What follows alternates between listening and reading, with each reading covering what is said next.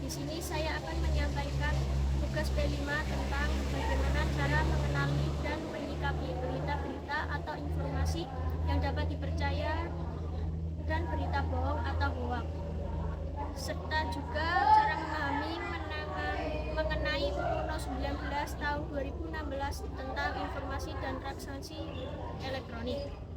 Yang pertama, saya akan menjelaskan bagaimana cara menyikapi berita bohong atau hoax. 1. Hati-hati dengan judul provokatif. Berita hoax seringkali menggunakan judul sensasional yang provokatif, misalnya dengan langsung menudingkan jari ke pihak tertentu.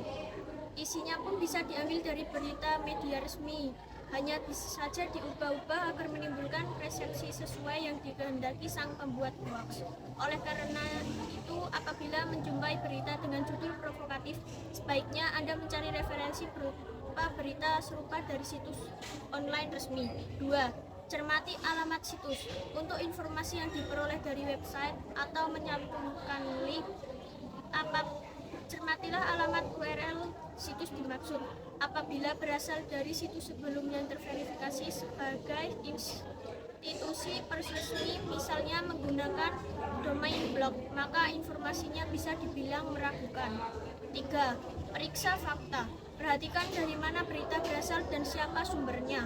Apakah dari institusi resmi seperti KPK atau Polri? Sebaiknya jangan cepat percaya apabila informasi berasal dari pegiat ormas, tokoh politik, atau pengamat. Perhatikan keberimbangan sumber berita. Jika hanya ada satu sumber, pembaca tidak bisa mendapatkan gambaran yang utuh. 4. Cek keaslian foto. Di era teknologi digital saat ini, bukan hanya konten berupa teks bisa dimanipulasi, melainkan juga konten lain berupa foto atau video. Ada kalanya pembuat berita palsu juga mengedit video untuk memprovokasi pembaca. Cara untuk mengecek keaslian foto bisa dengan memanfaatkan mesin pencari Google, yakni dengan melakukan drag and drop ke kolom pencarian Google Image. Hasil pencarian akan menyajikan gambar-gambar serupa yang terdapat di internet sehingga bisa dibandingkan. Setelah itu, bagaimana cara menyikapi berita yang sifatnya dapat dipercaya? Cek kebenaran dan sumber informasi berita sebelum menelan informasi yang diterima. Coba cek dulu sumber beritanya. Mencari tahu terlebih dahulu sumbernya dan kebenaran valid tidaknya berita tersebut, terutama jika tersebar lewat grup WhatsApp atau grup chat lain. Wajib ditelaah dulu sumber berita dan informasinya dari mana.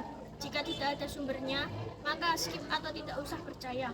Membaca dari berbagai sumber. Ketika mendapat suatu informasi atau berita, kita harus mencari berita tersebut dari sumber yang lain karena tiap sumber biasanya menampilkan sudut pandang yang berbeda.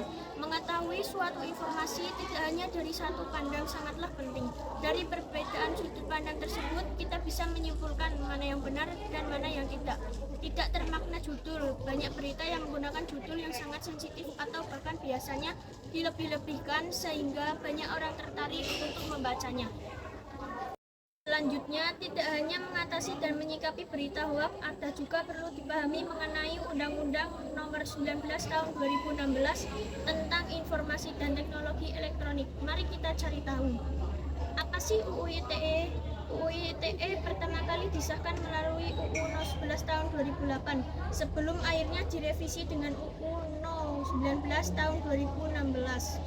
Berdasarkan UU ITE, informasi elektronik adalah satu atau sekumpulan data elektronik termasuk tetapi tidak terbatas pada tulisan, suara, gambar, peta, rancangan, foto elektronik, dan interchange EDI, surat elektronik atau elektronik email, telegram, telex, telekopi atau sejenisnya, huruf, tanda, angka, kode akses, simbol, atau perforasi yang telah diolah yang memiliki arti atau dapat dipahami oleh orang yang mampu memahaminya. Sementara transaksi elektronik merupakan perbuatan hukum yang dilakukan dengan menggunakan komputer, jaringan komputer, dan atau media elektronik lainnya. Aturan ini berlaku bagi setiap orang yang melakukan perbuatan hukum sebagaimana diatur UU ITE, baik yang berada di wilayah hukum Indonesia maupun di luar wilayah hukum Indonesia, yang memiliki akibat hukum di wilayah hukum Indonesia dan atau di luar wilayah hukum Indonesia meragukan kepentingan Indonesia. Apa sih manfaat UU ITE? Sebagai UU yang mengatur informasi dan transaksi elektronik di Indonesia, berikut beberapa manfaat UU ITE. Menjamin kepastian hukum untuk masyarakat yang melakukan transaksi elektronik, mendorong adanya pertumbuhan ekonomi di Indonesia. Salah satu upaya mencegah adanya kejahatan yang dilakukan melalui internet, melindungi masyarakat dan pengguna internet lainnya dari berbagai tindak kejahatan online. Informasi yang saya katakan, mohon maaf apabila ada kesalahan kata. Wassalamualaikum warahmatullahi wabarakatuh. Audio Jungle.